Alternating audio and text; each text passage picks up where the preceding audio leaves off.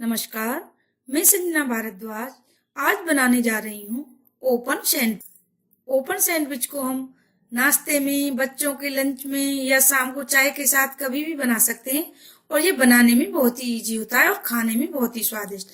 तो आइए देखते हैं इसके लिए हमको क्या क्या सामग्री चाहिए और बनाना भी शुरू करते हैं।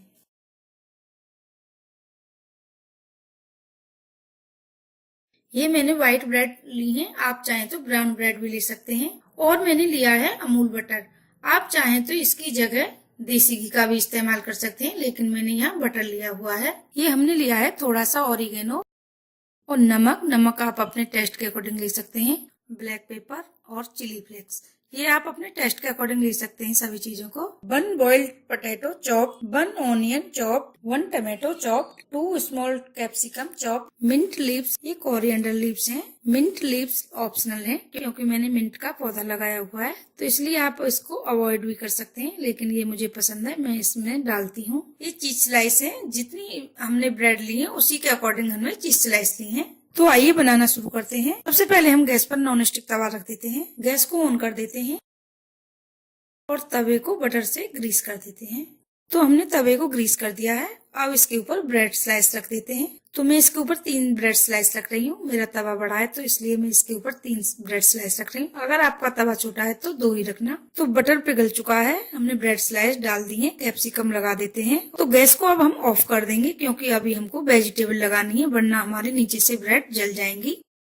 कैप्सिकम लग चुकी है, अब इसके ऊपर हम ऑनियन लगा देते हैं, टमाटो लगा देते हैं,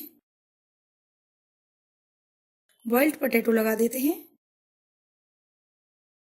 अब इसके ऊपर हम मिंट लीव्स और कोरिएंडर लीव्स लगा देते हैं।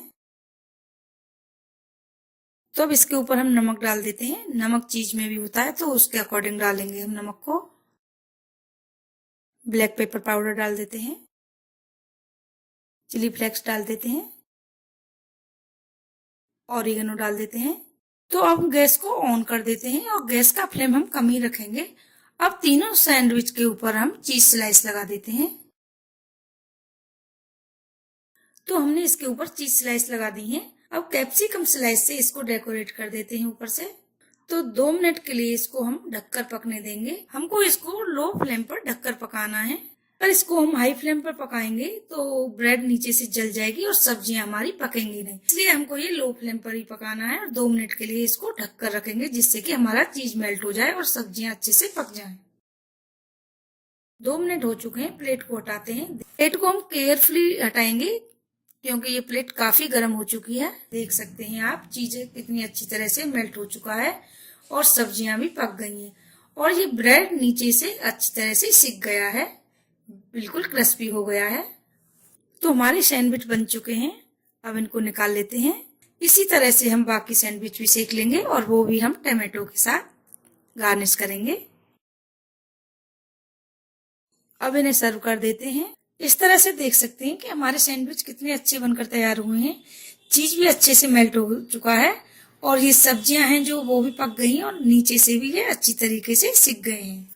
अगर आपको और भी सैंडविच की वीडियो देखनी तो आप मेरे चैनल पर देख सकते हैं, जैसे कि potato sandwich, veg sandwich, Bombay style sandwich आप मेरे चैनल पर देख सकते हैं। सैंडविच बनकर तैयार है, आप भी बनाइए, खाइए और अपने अनुभव हमारे साथ शेयर करिए।